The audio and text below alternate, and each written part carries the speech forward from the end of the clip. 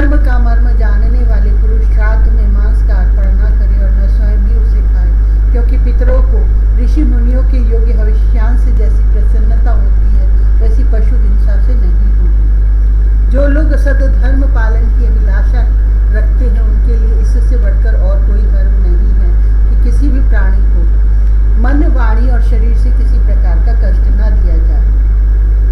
इसी से कोई यज्ञ तत्व को जानने वाले ज्ञानी ज्ञान के द्वारा प्रज्वलित आत्म संयम रूप अग्नि में इन कर्ममय यज्ञों का हवन कर देते हैं और बाह्य कर्म कलापों से उपरत हो जाते हैं। जब कोई इन द्रव्यमय यज्ञों से यजन करना चाहता है तब सभी प्राणी डरे जाते हैं। वे सोचने लगते हैं कि यह अपने प्राणों का पोषण करने वाला निर्दयी मुझे अवश्य मार डालेगा। इसलिए धर्मज्ञ मनुष्य को यही उचित है कि प्रतिदिन प्रारब्ध के द्वारा प्राप्त मुनिजनोचित भविष्यान से ही केवल अपने नित्य और नैमित्तिक कर्म करे तथा उसी से सर्वदा संतुष्ट रहे। अधर्म की 5 शाखाएं हैं: विधर्म, परधर्म, आभास, उपमा और छल। धर्मज्ञ पुरुष अधर्म के समान भी इनका भी त्याग कर दे। धर्मज्ञ पुरुष अधर्म के समान ही इनका भी त्याग कर दे। जिस कार्य को धर्म बुद्धि से करने पर भी अपने धर्म में बाधा पड़े वह विधर्म है। किसी अन्य के द्वारा अन्य पुरुष के लिए उपदेश किया हुआ धर्म परधर्म है। पाखंड या दंभ का नाम उपधर्म अथवा उपमा है। शास्त्र के वचनों का दूसरे प्रकार का अर्थ कर देना छल है। मनुष्य अपने आश्रम के विपरीत स्वेच्छा से जिसे धर्म मान लेता है वह आभास है। अपने अपने स्वभाव के अनुकूल जो वर्णाश्रमोचित धर्म है वे भला किसी शांति नहीं देते। धर्मात्मा पुरुष निर्धन होने पर भी धर्म के लिए अथवा शरीर निर्वाह के लिए धन प्राप्त करने की चेष्टा न करे, क्योंकि जैसे बिना किसी प्रकार की चेष्टा किए अजगर की जीविका चलती ही है, वैसे ही निवृत्ति परायण पुरुष की निवृत्ति ही उसकी जीविका का निर्वाह कर देती है। जो सुख अपनी आत्मा में रमण करने वाले निष्क्रिय संतोषी पुरुष को मिलता है वह उस मनुष्य को भला कैसे मिलता है जो कामना और लोभ से धन के लिए हाय हाय करता हुआ इधर उधर दौड़ता फिरता। जैसे पैरों में जूता पहनकर चलने वाले को कंकड़ और कांटों से कोई डर नहीं होता, वैसे ही जिसके मन में संतोष है उसके लिए सर्वदा और सब कहीं सुख ही सुख है, दुख है ही नहीं। युधिष्ठिर न जाने क्यों मनुष्य केवल जल मात्र से ही संतुष्ट रहकर अपने जीवन का निर्वाह नहीं कर लेता, अपितु रसनेन्द्रिय और जननेन्द्रिय के पैर में पड़कर यह बेचारा घर की चौकसी करने वाले कुत्ते का समान हो जाता है। जो ब्राह्मण संतोषी नहीं है, इंद्रियों की लोलुपता के कारण उसके तेज, विद्या, तपस्या और यश क्षीण हो जाते हैं और वह विवेक भी खो बैठता है। भूख और प्यास मिट जाने पर खाने पीने की कामना शांत हो जाता है, क्रोध भी अपना काम पूरा करके शांत हो जाता है। परंतु यदि मनुष्य पृथ्वी की समस्त दिशाओं को जीत ले और भोग ले तब भी लोभ का अंत नहीं होता। अनेक विषयों के ज्ञाता, शंकाओं का समाधान करके चित्त में शास्त्रोक्त अर्थ को बैठा देने वाले और विद्वत सभाओं के सभापति बड़े बड़े विद्वान भी असंतोष के कारण गिर जाते हैं। धर्मराज संकल्पों के परित्याग से काम को, कामनाओं के त्याग से क्रोध को, संसारी लोग जिसे अर्थ कहते हैं उसे अनर्थ समझकर लोभ को और तत्व के विचार से भय को जीत लेना चाहिए। अध्यात्म विद्या से शोक और मोह पर, संतों की उपासना से दंभ पर, मौन के द्वारा योग के विघ्नों पर और शरीर प्राण आदि को निश्चित करके हिंसा पर विजय प्राप्त करनी चाहिए। आदि भौतिक दुख को दया के द्वारा, आदि दैविक वेदना को समाधि के द्वारा और आध्यात्मिक दुख को योग बल से एवं निद्रा को सात्विक भोजन, स्थान, संग आदि के सेवन से जीत लेना चाहिए। सत्वगुण के द्वारा रजोगुण एवं तमोगुण पर और उपरति के द्वारा सत्व गुण पर विजय प्राप्त करनी चाहिए। श्री गुरुदेव की भक्ति के द्वारा साधक इन सभी दोषों पर सुगमता से विजय प्राप्त कर सकता है। हृदय में ज्ञान का दीपक जलाने वाले गुरुदेव साक्षात भगवान ही हैं। जो दुर्बुद्धि पुरुष उन्हें मनुष्य समझता है उसका समस्त शास्त्र श्रवण हाथी के स्थान के समान व्यर्थ है। बड़े बड़े योगेश्वर जिनके चरण कमलों का अनुसंधान करते रहते हैं, प्रकृति और पुरुष के अधीश्वर हुए स्वयं भगवान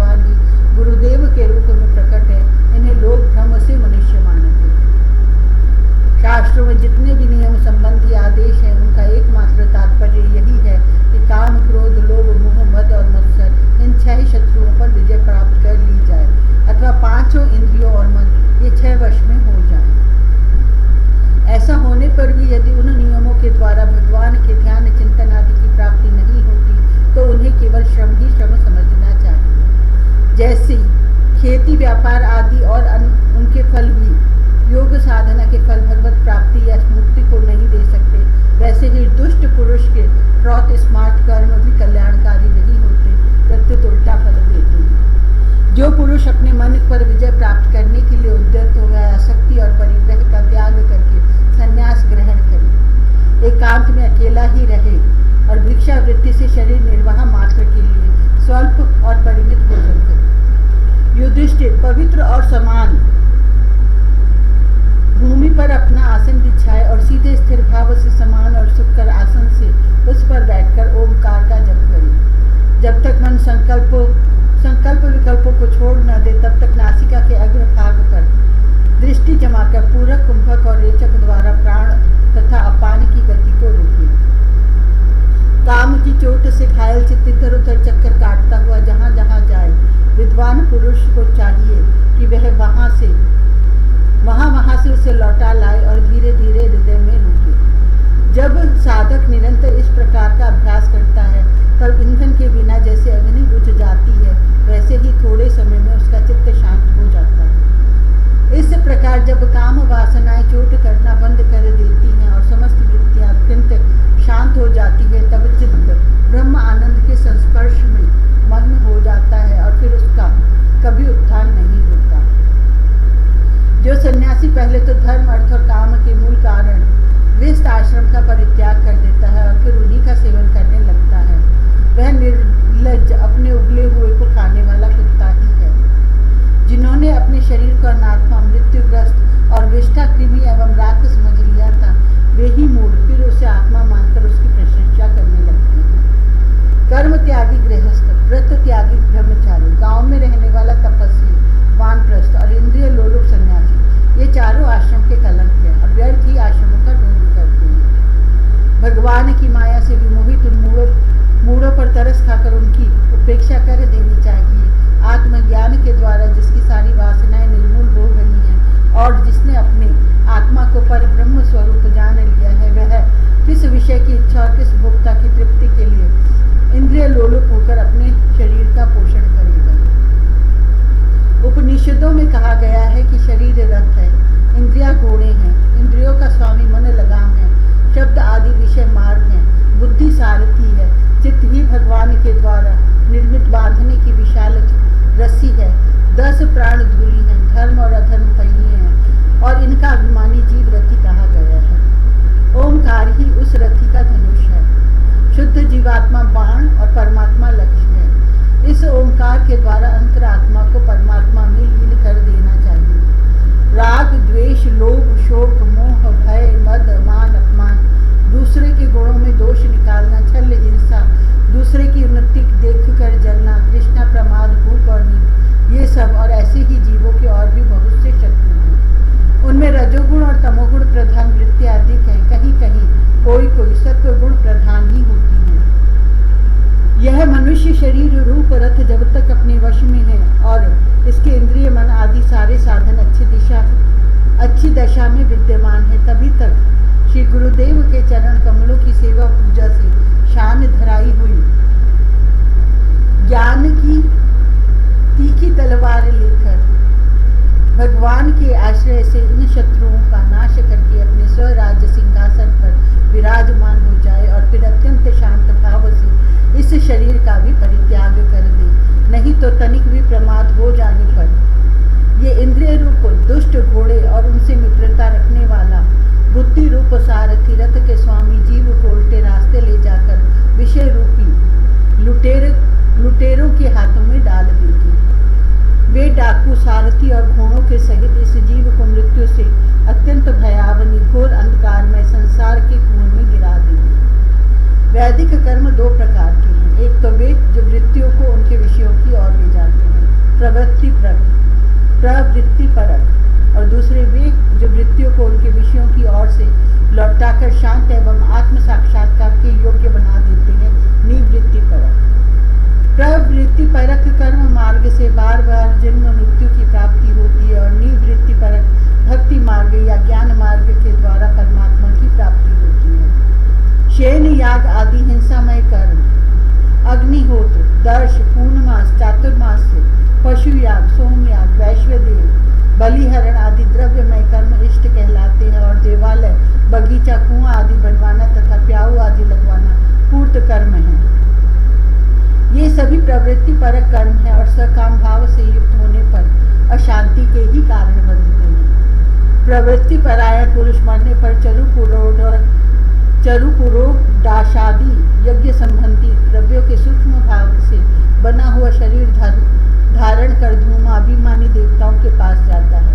फिर क्रमशः रात्रि, कृष्ण पक्ष और दक्षिणायन के अभिमानी देवताओं के पास जाकर चंद्रलोक में पहुंचता है। वहां से भोग समाप्त होने पर अमावस्या के चंद्रमा के समान क्षीण होकर दृष्टि द्वारा क्रमशः औषधि, लता, अन्न और वीर्य के रूप में परिणत होकर पितृयान मार्ग से पुनः संसार में ही जन्म लेता है। युधिष्ठिर, गर्भाधान से लेकर अंत्येष्टि पर्यंत संपूर्ण संस्कार जिनके होते हैं उनको द्विज कहते हैं। उनमें से कुछ तो पूर्वोक्त प्रवृत्ति मार्ग का अनुष्ठान करते हैं और कुछ आगे कहे जाने वाले निवृत्ति मार्ग का। निवृत्ति नारायण पुरुष इष्ट पूर्त आदि कर्मों से होने वाले समस्त यज्ञों को विषयों का ज्ञान कराने वाले इंद्रियों में हवन कर देता है। इंद्रियों को दर्शन आदि संकल्प रूप मन में, वैकारिक मन को परावाणी में और परावाणी को वर्ण समुदाय में, वर्ण समुदाय को अ, उ, म इन 3 स्वरों के रूप में रहने वाले ओमकार में, ओमकार को बिंदु में, बिंदु को नाद में, नाद को सूत्रात्मा रूप प्राण में और तथा प्राण को ब्रह्म में लीन कर देता है।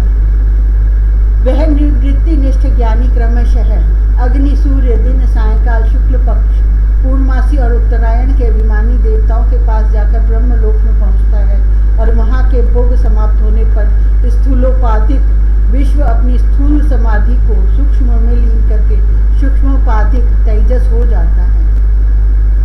फिर सूक्ष्म उपाधि को कारण में लय करके कारणोपाधिक प्राज्ञ रूप से स्थित होता है। फिर सबके साक्षी रूप से सर्वत्र अनुगत होने के कारण साक्षी के ही स्वरूप में कारणोपाधि का लय करके तुरीय रूप से स्थित होता है। इस प्रकार दृश्यों का लय हो जाने पर वह शुद्ध आत्मा रह जाता है। यही मोक्ष पद है। इसे देवयान मार्ग कहते हैं। इस मार्ग से जाने वाला आत्मोपासक संसार की ओर से निवृत्त होकर क्रमशः एक से दूसरे देवता के पास होता हुआ ब्रह्मलोक में जाकर अपने स्वरूप में स्थित हो जाता है। वह प्रवृत्ति मार्गों के समान फिर जन्म मृत्यु के चक्कर में नहीं पड़ता। ये पितृयान और देवयान दोनों ही विदोक्त मार्ग हैं। जो शास्त्रीय दृष्टि से इन्हें तत्वतः जान लेता है वह शरीर में स्थित रहता हुआ भी मोहित नहीं होता।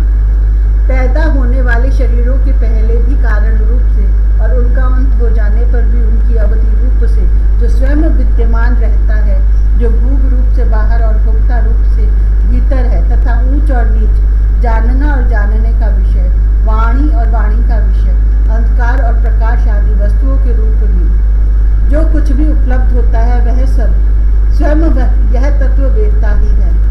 इसी से मोह उसका स्पर्श नहीं कर सकता। दर्पण आदि में दिख पड़ने वाला प्रतिबिंब विचार और युक्ति से बाधित है, उसका उनमें अस्तित्व है नहीं, फिर भी वस्तु के रूप में तो वह दिखता ही है। वैसे ही इंद्रियों के द्वारा दिखने वाला वस्तुओं का भेदभाव भी विचार, युक्ति और आत्म अनुभव से असंभव होने के कारण वस्तुतः न होने पर भी सत्य सा प्रतीत होता है। पृथ्वी आदि पंचभूतों से इस शरीर का निर्माण नहीं हुआ है। वास्तविक दृष्टि से देखा जाए तो न तो वह इन पंचभूतों का संघात है और न विकार या परिणाम ही, क्योंकि यह अपने अवयवों से न तो पृथक है और न उनमें अनुगत ही है, अतएव मिथ्या है। इसी प्रकार शरीर के कारण रूप पंचभूत भी अवयवी होने के कारण अपने अवयवों सूक्ष्म भूतों से भिन्न नहीं है, अवयव रूप ही है। जब बहुत खोजबीन करने पर भी अवयवों के अतिरिक्त अवयवी का अस्तित्व नहीं मिलता, वह असत ही सिद्ध होता है, तब अपने आप ही यह भी सिद्ध हो जाता है कि ये अवयव भी असत्य ही हैं। जब तक अज्ञान के कारण एक ही परम तत्व में अनेक वस्तुओं के भेद मालूम पड़ते रहते हैं, तब तक यह भ्रम भी रह सकता है कि जो वस्तुएं पहले थी वे अब भी हैं। और स्वप्न में भी जिस प्रकार जागृत, स्वप्न आदि अवस्थाओं के अलग अलग अनुभव होते ही हैं तथा उनमें भी विधि निषेध के शास्त्र रहते हैं, वैसे ही जब तक इन भिन्नताओं के अस्तित्व का मोह बना हुआ है तब तक यहाँ भी विधि निषेध के शास्त्र हैं ही। जो विचारशील पुरुष स्वानुभूति से आत्मा के त्रिविध अद्वैत का साक्षात्कार करते हैं, वे जागृत, स्वप्न, सुषुप्ति और दृष्टा, दर्शन तथा दृश्य के भेद रूप स्वप्न को मिटा देते हैं। ये अद्वैत 3 प्रकार के हैं, भावाद्वैत, क्रियाद्वैत और द्रव्याद्वैत। यदि जैसे वस्त्र सूत्र रूप ही होता है, वैसे ही कार्य भी कारण मात्र ही है, क्योंकि भेद तो वास्तव में है नहीं। इस प्रकार सबकी एकता का विचार भावाद्वैत है। युधिष्ठिर, मन, वाणी और शरीर से होने वाले सब कर्म स्वयं पर ब्रह्म परमात्मा में ही हो रहे हैं, उसी में अध्यस्त है। इस भाव से समस्त कर्मों को समर्पित कर देना क्रियाद्वैत है। स्त्री, पुत्र आदि सगे संबंधी एवं संसार के अन्य समस्त प्राणियों के तथा अपने स्वार्थ और भोग एक ही है, उनमें अपने और पराये का भेद नहीं है। इस प्रकार का विचार द्रव्याद्वैत है। युधिष्ठिर, जिस पुरुष के लिए जिस द्रव्य को जिस समय जिस उपाय से जिससे ग्रहण करना शास्त्राज्ञा के विरुद्ध न हो, उसे उसी से अपने सब कार्य संपन्न करने चाहिए। आपत्ति काल को छोड़कर इससे अन्यथा नहीं करना चाहिए। महाराज, भगवत भक्त मनुष्य वेद में कहे हुए इन कर्मों के तथा अन्य स्वकर्मों के अनुष्ठान से घर में रहते हुए भी श्री कृष्ण की गति को प्राप्त करता है। युधिष्ठिर, जैसे तुम अपने स्वामी भगवान श्री कृष्ण की कृपा और सहायता से बड़ी बड़ी कठिन विपत्तियों से पार हो गए हो और उन्हीं के चरण कमलों की सेवा से समस्त भूमंडल को जीतकर तुमने बड़े बड़े राजसूय आदि यज्ञ किए हैं। पूर्व जन्म में, इसके पहले के महाकल्प में, मैं एक गंधर्व था। मेरा नाम था उपबरहन और गंधर्वों में मेरा बड़ा सम्मान था। मेरी सुंदरता, सुकुमारता और मधुरता अपूर्व थी। मेरे शरीर में से सुगंधी निकला करती और देखने में मैं बहुत अच्छा लगता। स्त्रियां मुझसे बहुत प्रेम करती और मैं सदा प्रमाद में ही रहता। मैं अत्यंत विलासी था। एक बार देवताओं की यहाँ ज्ञान सत्र हुआ। उसमें बड़े बड़े प्रजापति आए थे। भगवान की लीला का गान करने के लिए उन लोगों ने गंधर्व और अप्सराओं को बुलाया। मैं जानता था कि वह संतों का समाज है और वहाँ भगवान की लीला का ही गान होता है। फिर भी मैं स्त्रियों के साथ लौकिक गीतों का गान करता हुआ उन्मत्त की तरह वहां जा पहुंचा। देवताओं ने देखा कि यह तो हम लोगों का अनादर कर रहा है। उन्होंने अपनी शक्ति से मुझे शाप दे दिया कि तुमने हम लोगों की अवहेलना की है, इसलिए तुम्हारी सारी सौंदर्य संपत्ति नष्ट हो जाए और तुम शीघ्र ही शूद्र हो जाओ। उनके शाप से मैं दासी का पुत्र हुआ, किंतु उस शूद्र जीवन में किए हुए महात्माओं के सत्संग और सेवा शुश्रूषा के प्रभाव से मैं दूसरे जन्म में ब्रह्मा जी का पुत्र हुआ। संतों की अवहेलना और सेवा का यह मेरा प्रत्यक्ष अनुभव है। संत सेवा से ही भगवान प्रसन्न होते हैं। मैंने तुम्हें गृहस्थों का पापनाशक धर्म बतला दिया। इस धर्म के आचरण से गृहस्थ भी अनायास ही सन्यासियों को मिलने वाला परम पद प्राप्त कर लेता है। युधिष्ठिर, इस मनुष्य लोक में तुम लोगों के भाग्य अत्यंत प्रशंसनीय है, क्योंकि तुम्हारे घर में साक्षात पर ब्रह्म परमात्मा मनुष्य का रूप धारण करके गुप्त रूप से निवास करते हैं। इसी से सारे संसार को पवित्र कर देने वाले ऋषि मुनि बार बार उनका दर्शन करने के लिए चारों ओर से तुम्हारे पास आया करते हैं। बड़े बड़े महापुरुष जिनको ढूंढते रहते हैं, जो माया के लेश से रहित परम शांत, परम आनंद अनुभव स्वरूप पर ब्रह्म परमात्मा है, वे ही तुम्हारे प्रिय हितैषी मेरे भाई, पूज्य, आज्ञाकारी गुरु और स्वयं आत्मा श्री कृष्ण है। शंकर, ब्रह्मा आदि भी अपनी सारी बुद्धि लगाकर वे यह है इस रूप में उनका वर्णन नहीं कर सकते। फिर हम तो कर ही कैसे सकते हैं। हम मौन, भक्ति और संयम के द्वारा ही उनकी पूजा करते हैं। कृपया हमारी यह पूजा स्वीकार करके भक्त वत्सल भगवान हम पर प्रसन्न हैं। श्री सुखदेव जी कहते हैं, परीक्षित, देव ऋषि नारद का यह प्रवचन सुनकर राजा युधिष्ठिर को अत्यंत आनंद हुआ। उन्होंने प्रेम विवल होकर देव ऋषि नारद और भगवान श्री कृष्ण की पूजा की। देव ऋषि नारद भगवान श्री कृष्ण और राजा युधिष्ठिर से विदा लेकर और उनके द्वारा सत्कार पाकर चले गए। भगवान श्री कृष्ण कृष्ण ही पर ब्रह्म है, यह सुनकर युधिष्ठिर के आश्चर्य की सीमा न रही। परीक्षित, इस प्रकार मैंने तुम्हें दक्ष पुत्रियों के वंशों का अलग अलग वर्णन सुनाया। उन्हीं के वंश में देवता, असुर, मनुष्य आदि और संपूर्ण चराचर की सृष्टि हुई है। इति सप्तम स्कंध समाप्त।